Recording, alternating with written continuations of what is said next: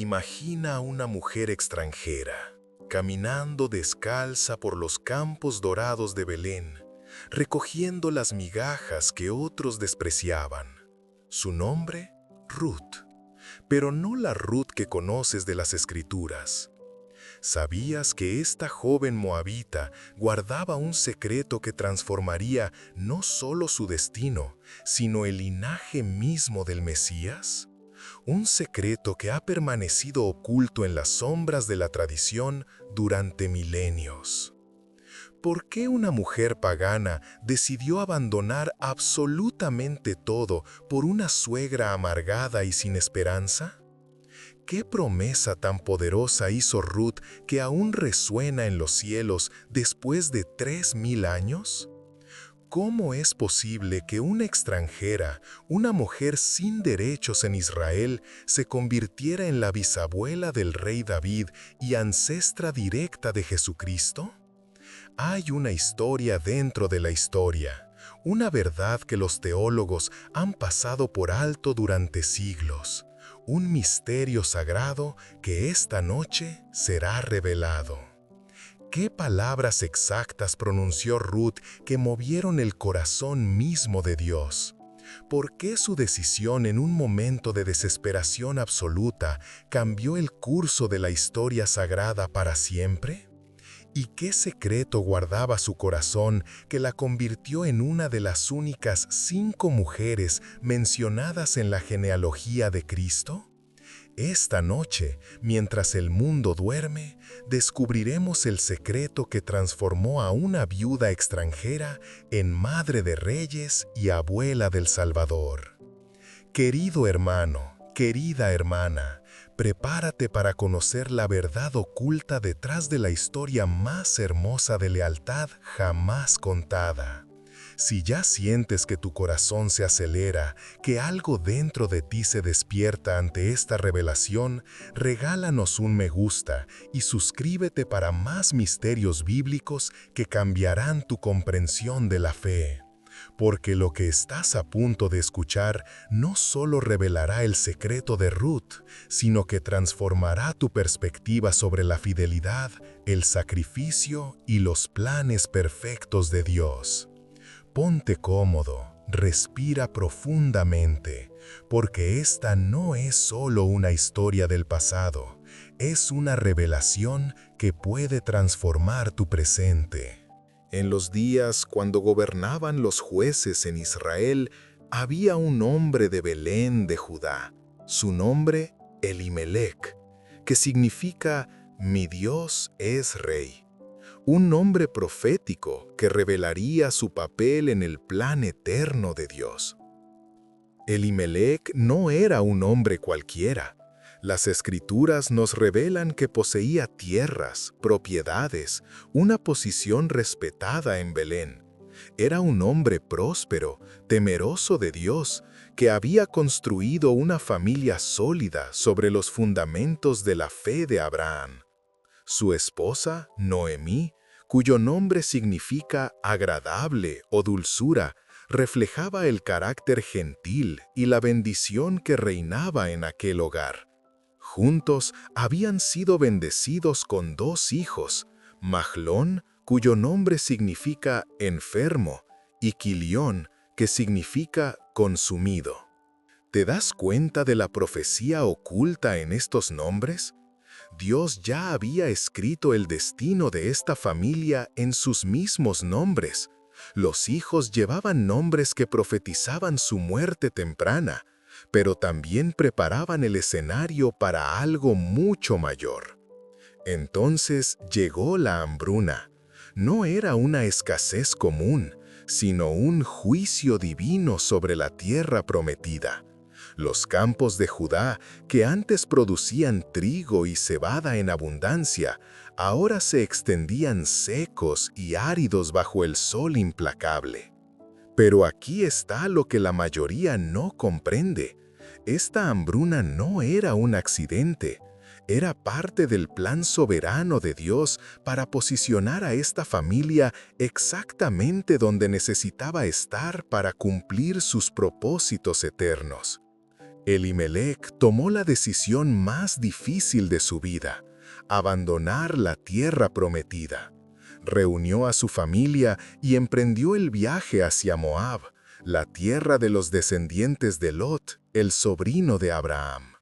¿Puedes imaginar el peso de esa decisión? Dejar Belén, la ciudad que 1000 años después sería el lugar de nacimiento del Mesías, para buscar refugio en tierra pagana. Moab no era simplemente otro país, era una nación nacida del incesto, cuando las hijas de Lot lo embriagaron para preservar descendencia. Los moabitas adoraban a Quemos, un dios que demandaba sacrificios humanos, incluyendo niños quemados vivos. Sin embargo, era precisamente aquí donde Dios había preparado 2 mujeres que cambiarían el curso de la historia sagrada: Ruth y Orfa. Cuando la familia de Elimelec llegó a Moab, encontraron no solo provisión material, sino algo que no esperaban: una cultura diferente, nuevas perspectivas y, sobre todo, 2 jóvenes que serían integradas a su familia. Con el tiempo, Malón y Quilión se casaron con mujeres moabitas. Según la ley estricta de Israel, esto era problemático. Pero Dios estaba orquestando algo que trascendía las limitaciones culturales de la época. Malón tomó por esposa a Ruth. Su nombre significaba amistad o compañera, y desde el primer momento mostró una disposición especial hacia la familia de su esposo. No se contentaba solo con ser una esposa, quería entender la fe, las tradiciones, la cosmovisión de la familia de Elimelec. Quilión desposó a Orfa, cuyo nombre significa la que vuelve la espalda, o cerviz, una profecía de lo que haría años después. Era una mujer buena, dedicada, pero su corazón permanecía dividido entre 2 mundos. Por 10 años, esta familia multicultural vivió en relativa paz en Moab. Noemí aprendió a amar a sus nueras, especialmente a Ruth, en quien veía una sed genuina por conocer al Dios de Israel. Pero Dios estaba preparando una prueba que revelaría el verdadero carácter de cada persona involucrada. Sin previo aviso, Elimelec enfermó. No fue una enfermedad larga, fue rápida y devastadora. En poco tiempo, el hombre que había guiado a su familia a través de fronteras y culturas, que había tomado la decisión valiente de buscar sustento en tierra extranjera, partió de este mundo. La muerte de Elimelec dejó a Noemí en una situación vulnerable. En las culturas antiguas, una viuda sin hijos varones adultos que la protegieran enfrentaba un futuro incierto. Afortunadamente, Malón y Quilión ya eran hombres y pudieron asumir la responsabilidad de cuidar a su madre. Pero esta muerte era solo el preámbulo de una tragedia mucho mayor. ¿Por qué Dios permitió que Elimelec muriera en tierra extranjera? ¿Por qué no lo llevó de vuelta a Belén antes de su partida? Aquí está el primer secreto sagrado. Dios a veces permite pérdidas temporales para preparar bendiciones eternas que trascienden nuestro entendimiento humano. Después de la muerte de Elimelec, la vida continuó en Moab. Majón y Quilión asumieron el liderazgo familiar, y por un tiempo pareció que la estabilidad había regresado. Noemí encontró consuelo en sus nueras, especialmente en Ruth, quien mostraba un amor genuino no solo por su esposo, sino por toda la familia. Durante estos años, algo extraordinario estaba sucediendo en el corazón de Ruth. A través de las conversaciones con Noemí, las historias sobre el Dios de Abraham, Isaac y Jacob, las explicaciones sobre las fiestas y tradiciones de Israel, Ruth experimentaba una transformación espiritual profunda. No era solo curiosidad cultural, era una verdadera conversión del corazón. ¿Has experimentado alguna vez esa transformación gradual? Cuando el Dios de otros se convierte en tu Dios personal. Esto era lo que estaba sucediendo en el alma de Ruth. Orfa, por su parte, respetaba las tradiciones de su nueva familia, pero mantenía sus raíces moabitas bien establecidas. Su conversión era más superficial, más cultural que espiritual. Pero entonces, como un rayo en cielo despejado, la tragedia golpeó nuevamente. Majón enfermó gravemente. Ruth hizo todo lo humanamente posible. Cuidó a su esposo día y noche. Buscó los mejores remedios disponibles. Oró al Dios de Israel con fervor desesperante. Pero Majón murió. El dolor de Ruth era indescriptible. No solo había perdido a su esposo, había perdido su lugar en la sociedad moabita. Como viuda sin hijos, su futuro se volvía incierto y precario. Pero antes de que la familia pudiera recuperarse de esta pérdida devastadora, Quilión también enfermó y murió. Imagina el estado emocional de Noemí en ese momento. Había perdido a su esposo y ahora a sus dos únicos hijos. En una cultura donde los hijos varones eran la seguridad social de las mujeres, Noemí se encontraba completamente desamparada. 3 mujeres, 3 viudas, sin protección masculina en una sociedad patriarcal, sin herederos, sin futuro aparente. Noemí cayó en una depresión profunda. Su fe, que antes era como una llama brillante, ahora apenas era una brasa humeante. Comenzó a cuestionar a Dios, a preguntarse si acaso el Todopoderoso la había abandonado. ¿Por qué me has tratado tan mal?, clamaba en la soledad de su dolor. Me fui de Belén llena, pero Jehová me ha vuelto con las manos vacías. Pero lo que Noemí no podía ver desde su perspectiva limitada era que Dios no la estaba castigando. La estaba preparando para ser parte de una historia de redención que alcanzaría a todas las generaciones futuras. En medio de este luto profundo, llegaron noticias desde Judá. Viajeros y comerciantes traían informes de que la hambruna había terminado. Jehová había visitado a su pueblo y les había dado pan. Los campos de Belén otra vez verdecían con cosechas abundantes. Cuando Noemí escuchó estas noticias, algo se movió en su corazón. No era esperanza exactamente, pero sí una determinación sombría. Si tenía que vivir en pobreza y desolación, al menos lo haría en su tierra natal, rodeada de su propio pueblo. Tomó la decisión. Regresaría a Belén. Pero aquí viene lo extraordinario. Ruth y Orfa insistieron en acompañarla. ¿Por qué 2 jóvenes viudas moabitas querrían abandonar su tierra, su familia, sus posibilidades de un nuevo matrimonio, para seguir a una anciana amargada a un país extranjero donde serían vistas como extranjeras indeseables? Las 3 mujeres emprendieron el viaje hacia Judá.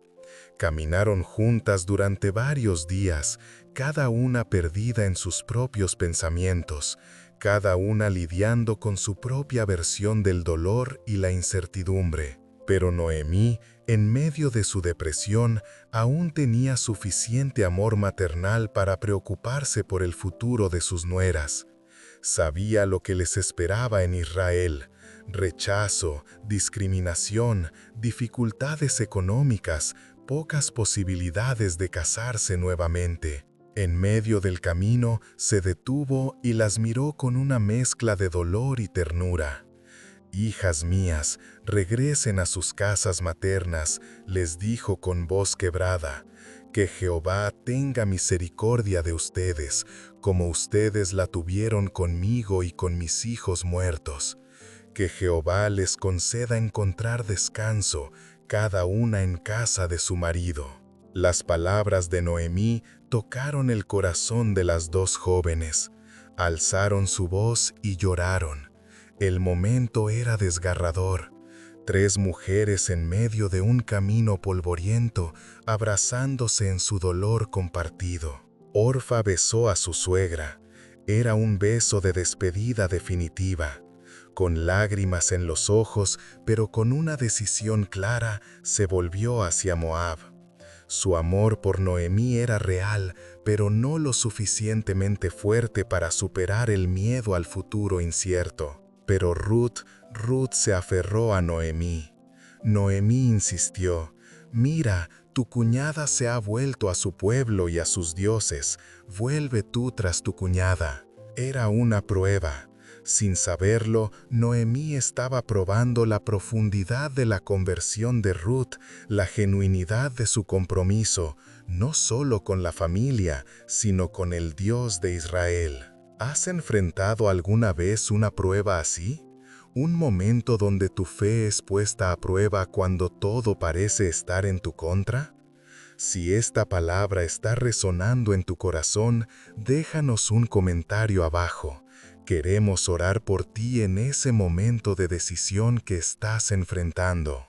Lo que sucedió a continuación cambiaría el curso de la historia sagrada para siempre.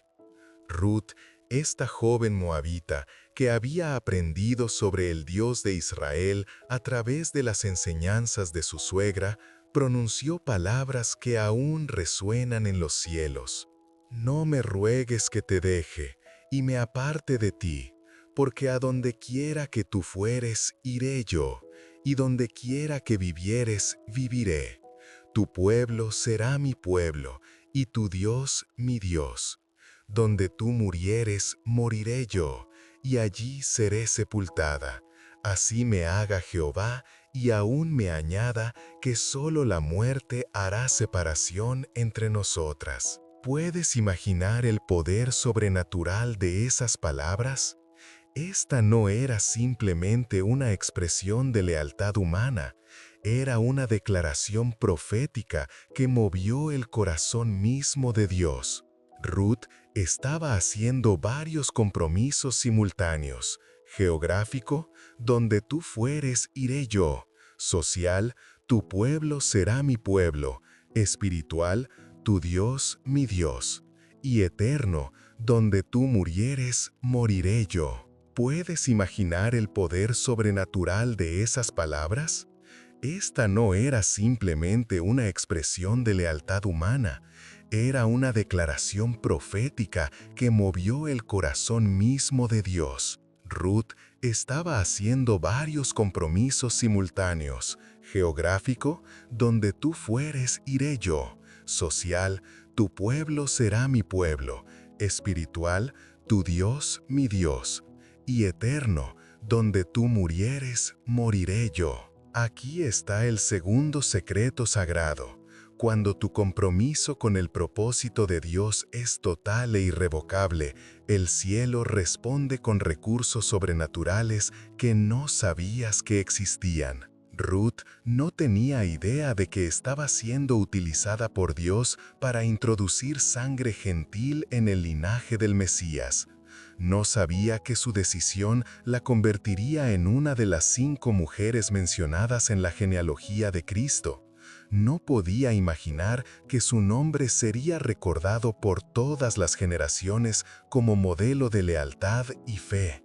Simplemente tomó una decisión basada en amor, compromiso y fe genuina. ¿Cuántas veces Dios nos está pidiendo decisiones que no tienen sentido desde la perspectiva humana, pero que son clave para sus propósitos eternos? Cuando Ruth dijo: «Así me haga Jehová, y aún me añada», estaba invocando el nombre de Dios como testigo de su promesa.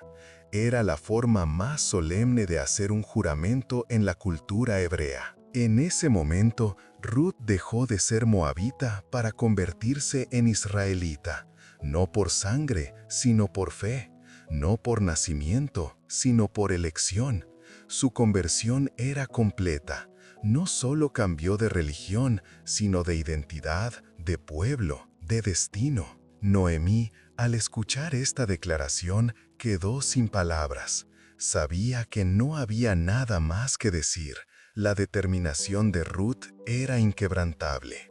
Juntas continuaron el viaje hacia Belén. Cuando las dos mujeres llegaron a Belén, su llegada causó sensación en toda la ciudad. Los habitantes, especialmente las mujeres, se alborotaron al reconocer a Noemí. ¿No es esta Noemí?, se preguntaban unos a otros, casi sin poder creer lo que veían. La mujer que había partido años atrás, próspera y acompañada por su familia, ahora regresaba sola, empobrecida, envejecida por el sufrimiento, acompañada solo por una extranjera. Pero la respuesta de Noemí reveló la profundidad de su dolor. No me llaméis Noemí, llamadme Mara, porque el Todopoderoso me ha llenado de amargura. Yo me fui llena, pero Jehová me ha vuelto con las manos vacías. Aquí hay un contraste hermoso y profético. Mientras Noemí se veía a sí misma como vacía, en realidad regresaba acompañada por la mujer que se convertiría en la clave de su restauración y bendición. Ruth no era una carga, era un regalo de Dios. No era evidencia del castigo divino, era prueba de su gracia sobrenatural. Las personas en Belén murmuraban sobre la extranjera que acompañaba a Noemí, algunos con curiosidad, otros con desconfianza. Los moabitas no eran bien recibidos en Israel, especialmente las mujeres moabitas, que tenían reputación de ser seductoras de hombres israelitas. Pero Ruth enfrentó estos murmullos y miradas con dignidad. Había tomado su decisión y estaba dispuesta a enfrentar las consecuencias. Las Escrituras nos dicen que llegaron a Belén al comienzo de la siega de la cebada. Este detalle no es accidental. Dios había orquestado perfectamente el tiempo de su llegada. La cosecha era tiempo de provisión, de trabajo disponible, de celebración. Era también el momento cuando las leyes de gleaning, espigadura, permitían a los pobres y extranjeros recoger las sobras de la cosecha. Más importante aún, era la época cuando Booz, el redentor que Dios había preparado para Ruth, estaría supervisando activamente sus campos. ¿Te das cuenta de la precisión divina? Dios no solo preparó el corazón de Ruth para la conversión, no solo orquestó su llegada a Israel, sino que también coordinó perfectamente el timing para que todo se alineara según su plan perfecto. Al día siguiente de su llegada a Belén, Ruth tomó una decisión que revelaría su carácter extraordinario. En lugar de quedarse lamentándose por su situación, decidió actuar. «Te ruego que me dejes ir al campo», le dijo a Noemí, «y espigaré entre las espigas en pos de aquel a cuyos ojos hallare gracia». Esta era una petición humilde, pero valiente. La ley mosaica permitía que los pobres, las viudas y los extranjeros recogieran las espigas que quedaban después de que los segadores pasaran por los campos. Pero requería humillación, trabajo arduo bajo el sol abrasador y la disposición de ser vista como una mendiga. Ruth estaba dispuesta a todo esto por amor a Noemí y por obediencia al Dios en quien ahora confiaba. Las Escrituras nos dicen que Ruth, llegó casualmente a la parte del campo que pertenecía a Booz. ¿Casualidad? Imposible. Esto era providencia divina en acción. Booz era un hombre extraordinario, rico, respetado, íntegro, temeroso de Dios. Pero más importante aún, era pariente de Elimelec, lo que le daba derechos legales como Goel, redentor, para la familia de Noemí. Cuando Booz llegó al campo esa mañana, saludó a sus trabajadores con una bendición: «Jehová sea con vosotros». Y ellos respondieron: «Jehová te bendiga». Este intercambio revela el carácter piadoso tanto de Booz como de sus empleados. Era un ambiente de trabajo donde se honraba a Dios, donde la fe no era solo teoría, sino práctica diaria. Booz inmediatamente notó a Ruth trabajando en su campo. Había algo en ella que capturó su atención: su diligencia, su humildad, su determinación silenciosa. Se acercó a su capataz y preguntó: «¿De quién es esta joven?». La respuesta del capataz reveló que la historia de Ruth ya se había extendido por Belén. «De los campos de Moab. Ella me dijo: te ruego que me dejes recoger y juntar tras los segadores entre las gavillas». Entró pues y ha estado desde por la mañana hasta ahora sin descansar ni aún por un momento. ¿Puedes ver cómo Dios ya había preparado el testimonio de Ruth? Su reputación la había precedido, pero de manera positiva. Era conocida por su lealtad, su sacrificio, su ética de trabajo. Booz se acercó a Ruth y le habló con una gentileza extraordinaria. «Oye, hija mía, no vayas a espigar a otro campo, ni pases de aquí, y aquí estarás junto a mis criadas». Esta era una protección invaluable. Los campos podían ser lugares peligrosos para una mujer sola, especialmente una extranjera. Pero Booz le estaba ofreciendo seguridad bajo su autoridad. Continuó: «Mira bien el campo que siegan y síguelas, porque yo he mandado a mis criados que no te molesten. Y cuando tengas sed, ve a las vasijas y bebe del agua que sacan los criados». Ruth se postró en tierra y le preguntó: «¿Por qué he hallado gracia en tus ojos para que me reconozcas, siendo yo extranjera?». La respuesta de Booz reveló por qué Dios lo había elegido como redentor. «He oído todo lo que has hecho con tu suegra después de la muerte de tu marido, y que dejaste a tu padre y a tu madre, y la tierra donde naciste, y viniste a un pueblo que no conociste antes». Booz reconocía la grandeza del sacrificio de Ruth, pero luego pronunció una bendición profética: «Jehová recompense tu obra, y tu remuneración sea cumplida de parte de Jehová, Dios de Israel, bajo cuyas alas has venido a refugiarte». ¿Te das cuenta de la profundidad de esta bendición? Booz estaba profetizando sin saberlo. Dios efectivamente recompensaría la obra de Ruth de una manera que superaría sus sueños más fantásticos. A la hora de comer, Booz invitó a Ruth a su mesa. «Ven acá y come del pan y moja tu bocado en el vinagre». Este era un honor extraordinario. Los propietarios no solían comer con los espigadores. Ruth se sentó junto a los segadores y Booz le dio grano tostado. Ella comió hasta saciarse y guardó lo que sobró para Noemí. Después de la comida, Booz dio instrucciones secretas a sus segadores: «Que recoja también entre las gavillas y no la avergoncéis, y dejaréis caer también algunas gavillas para ella de los manojos, y las dejaréis para que las recoja, y no la reprendáis». Aquí está el tercer secreto sagrado.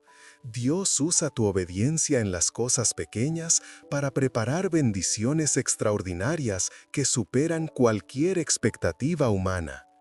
Ruth simplemente había ido a buscar comida para sobrevivir, pero su actitud de humildad, gratitud y diligencia había activado el favor sobrenatural de Dios.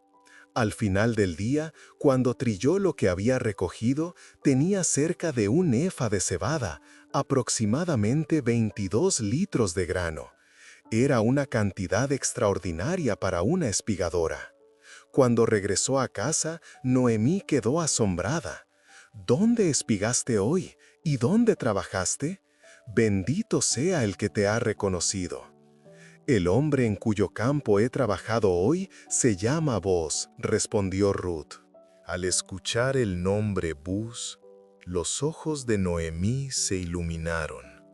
Por primera vez desde la muerte de sus hijos, una chispa de esperanza se encendió en su corazón.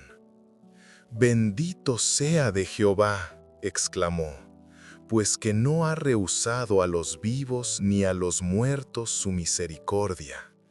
Ese hombre es nuestro pariente y uno de nuestros redentores». ¿Puedes imaginar el impacto de esta revelación?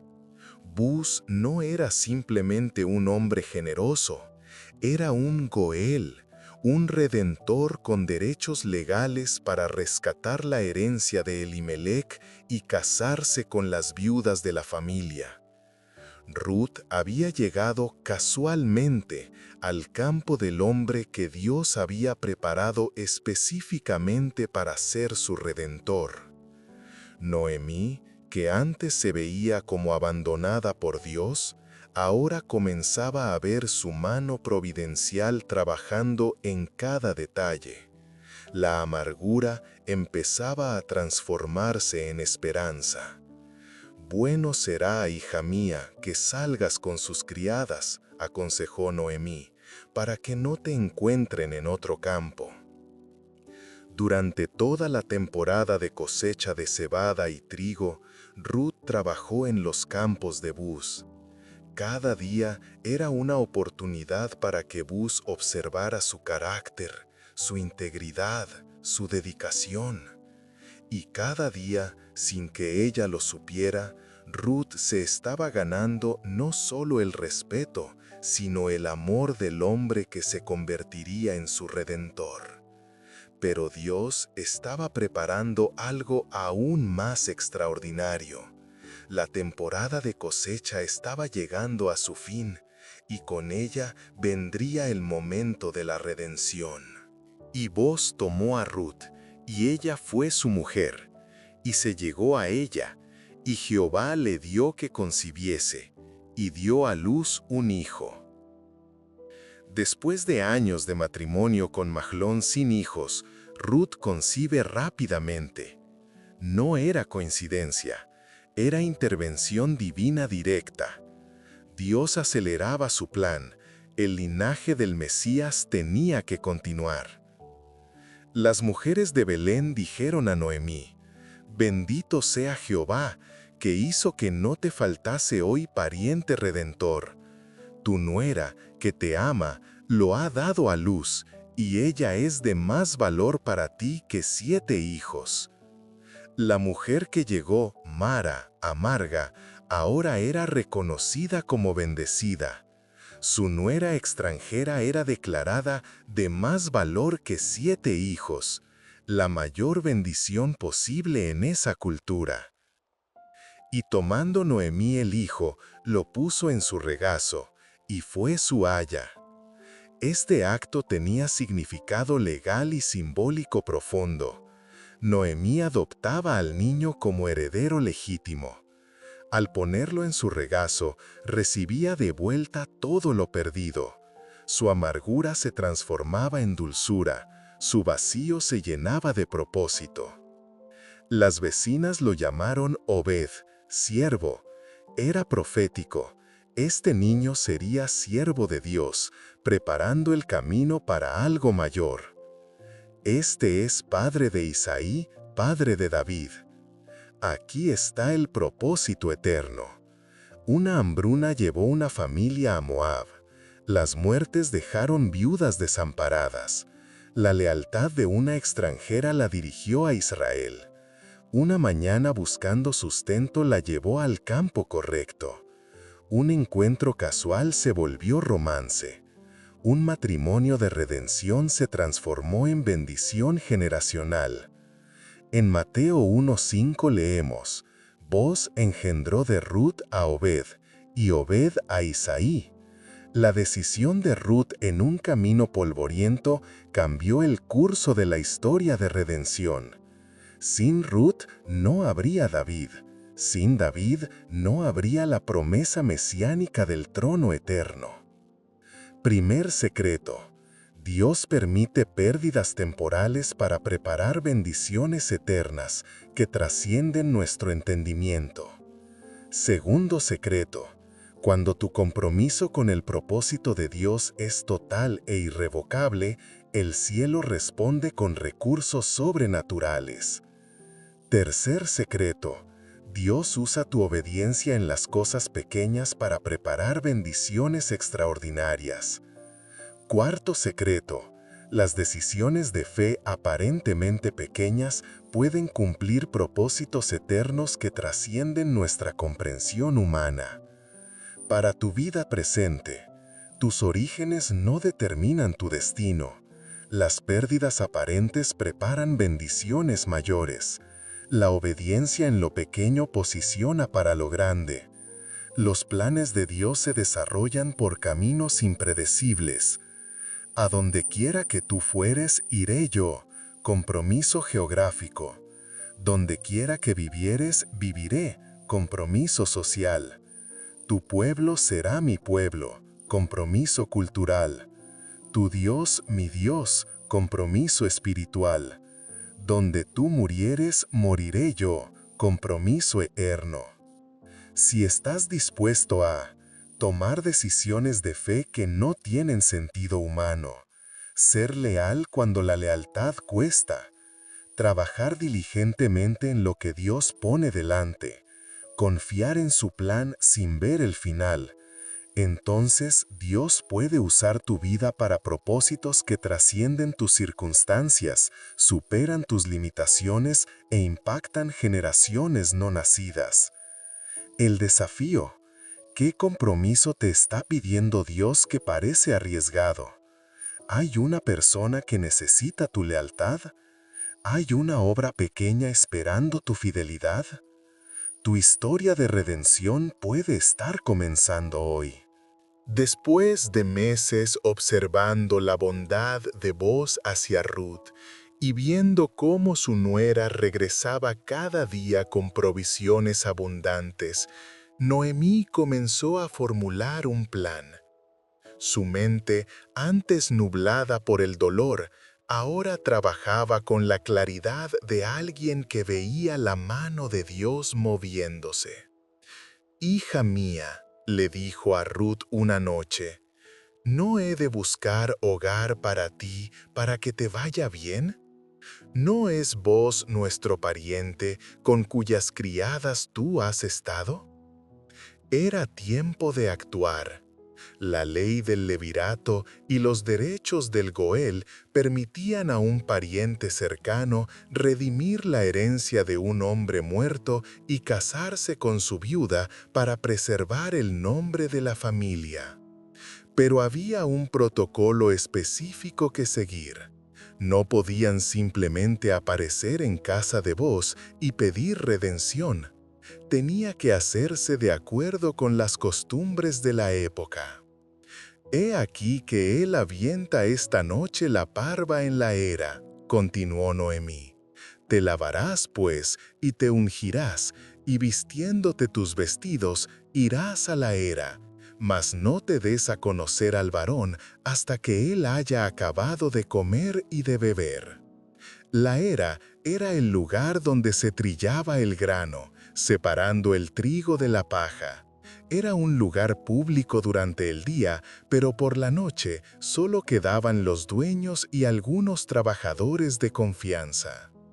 Era también un lugar simbólico. En la Biblia, la era a menudo representa juicio y separación, pero también cosecha y bendición. Era el lugar perfecto para que Dios escribiera el próximo capítulo de esta historia de redención. Noemí continuó con instrucciones detalladas. Y cuando él se acueste, notarás el lugar donde se acuesta, e irás y descubrirás sus pies, y te acostarás allí, y él te dirá lo que hayas de hacer. Estas instrucciones han sido mal interpretadas a través de los siglos. Algunos han sugerido que había algo impropio en el plan de Noemí, pero la verdad es completamente diferente. Ruth no iba a seducir a Booz, iba a hacer un llamado legal y simbólico a la redención según las costumbres de la época. Descubrir los pies y acostarse allí era una manera de pedir protección bajo el manto del Redentor. Era un acto de humildad suprema y una invocación de los derechos legales establecidos por la ley mosaica. La respuesta de Ruth reveló su carácter extraordinario. Haré todo lo que tú me mandes. No cuestionó las instrucciones, no expresó temores sobre cómo podría ser mal interpretada su acción. Confiaba completamente en la sabiduría de Noemí y en la protección del Dios de Israel. Esa noche, Ruth se preparó cuidadosamente. Se bañó, se ungió con aceites perfumados y se vistió con sus mejores ropas, pero no como una seductora, sino como una mujer que se preparaba para un acto legal y espiritual de gran importancia. Cuando llegó a la era, Ruth se ocultó y esperó. Booz estaba celebrando con sus trabajadores la abundante cosecha. Su corazón estaba alegre, no por el vino, sino por las bendiciones evidentes de Dios sobre su trabajo. Después de comer y beber, Booz se acostó junto a un montón de grano. Era una práctica común que los dueños durmieran en sus eras durante la temporada de cosecha para proteger el grano de los ladrones. Ruth esperó hasta que estaba segura de que dormía profundamente. Entonces, con el corazón palpitando fuertemente, se acercó en silencio, descubrió sus pies y se acostó allí. A medianoche, Booz se despertó. Sintió frío en los pies y se movió para cubrirse. Entonces se dio cuenta de que había alguien acostado a sus pies. «¿Quién eres?», preguntó en voz baja, sin alarmar a nadie más en la era. «Yo soy Ruth, tu sierva», respondió ella con voz temblorosa pero determinada. «Extiende el borde de tu capa sobre tu sierva, por cuanto eres pariente redentor». ¿Puedes imaginar el impacto de esas palabras en el corazón de Booz? Esta mujer extranjera no solo entendía las leyes de redención de Israel, sino que las estaba invocando con perfecta propiedad legal y espiritual. La respuesta de Booz reveló la grandeza de su carácter y la profundidad de sus sentimientos hacia Ruth. «Bendita seas tú de Jehová, hija mía. Has hecho mejor tu postrera bondad que la primera, no yendo tras los jóvenes, sean pobres o ricos». Booz reconocía que Ruth, siendo joven y hermosa, podría haber buscado esposo entre los hombres jóvenes de Belén, pero había elegido el camino de la rectitud, buscando redención dentro de la familia de su difunto esposo según la ley de Dios. «Ahora pues, no temas, hija mía», continuó Booz. «Yo haré contigo lo que tú digas, pues toda la gente de mi pueblo sabe que eres mujer virtuosa». Pero entonces Booz reveló algo que ni Ruth ni Noemí sabían. «Y ahora, aunque es cierto que yo soy pariente redentor, con todo eso hay pariente más cercano que yo». El corazón de Ruth debe haberse encogido. Había otro redentor con mayor derecho que Booz. ¿Qué pasaría si este hombre reclamaba sus derechos? ¿Qué pasaría si no era tan bondadoso como Booz? «Pásate aquí esta noche», le dijo Booz con ternura, «y cuando sea de día, si él te redimiere, bien, redímete, mas si él no te quisiere redimir, yo te redimiré. Vive Jehová». Era una promesa solemne. Booz estaba comprometiendo su palabra ante Dios mismo. Ruth pasó el resto de la noche acostada a los pies de Booz, pero el sueño no llegó fácilmente. Su mente giraba con pensamientos sobre el futuro. Su destino ahora dependía de un hombre a quien no conocía, cuyo corazón era un misterio. ¿Sería este otro redentor tan generoso como Booz? ¿Estaría dispuesto no solo a redimir las tierras, sino también a casarse con ella? ¿O simplemente reclamaría las propiedades y la dejaría en una situación aún más vulnerable? Booz tampoco durmió mucho esa noche. En su corazón había nacido un amor profundo por esta mujer extraordinaria. Su lealtad a Noemí, su conversión genuina al Dios de Israel, su humildad, su carácter virtuoso, todo en Ruth despertaba en él sentimientos que no había experimentado antes. En lo profundo de su corazón, oraba para que el otro Redentor rechazara sus derechos. Antes de que amaneciera, Booz despertó suavemente a Ruth. «No se sepa que vino mujer a la era», le dijo. No porque hubiera algo vergonzoso en lo que había ocurrido, sino para proteger la reputación de Ruth de cualquier malentendido o chisme malicioso. Entonces llenó su manto con 6 medidas de cebada y se las dio. «No vuelvas con las manos vacías a tu suegra», le dijo. Este regalo era simbólico. Era una señal de que, sin importar lo que sucediera con el otro Redentor, Booz se aseguraría de que Ruth y Noemí fueran provistas. Cuando Ruth llegó a casa, Noemí la esperaba ansiosa. «¿Qué pasa, hija mía?», preguntó inmediatamente. Ruth contó todo lo que había sucedido en la era. Las palabras bondadosas de Booz, su promesa de redención, pero también la existencia de otro redentor con mayor derecho. Noemí escuchó cada detalle con atención creciente. Al final, sonrió con una sabiduría nacida de años de experiencia con los planes de Dios. «Repósate, hija mía, hasta que sepas cómo se resuelve el asunto», aconsejó, «porque aquel hombre no parará hasta concluir el negocio hoy». Booz se levantó temprano esa mañana, con una determinación férrea. Sabía exactamente lo que tenía que hacer. Se dirigió directamente a la puerta de la ciudad, el lugar donde se realizaban todas las transacciones legales importantes en las sociedades antiguas. La puerta no era solo una entrada, era el tribunal, la bolsa de valores y el centro de la vida cívica de Belén. Los ancianos se reunían allí cada mañana para resolver disputas, aprobar transacciones y servir como testigos en asuntos importantes. Booz se sentó a esperar. No tuvo que esperar mucho. Pronto vio acercarse al hombre que tenía el primer derecho de redención sobre la familia de Elimelech. Fulano, ven acá y siéntate», le gritó Booz al Redentor. Es interesante que las Escrituras no preserven el nombre de este hombre.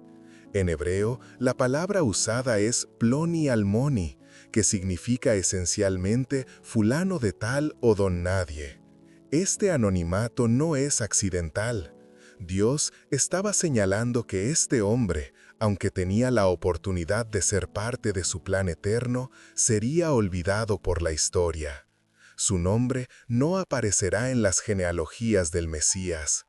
El hombre se acercó y se sentó junto a Booz.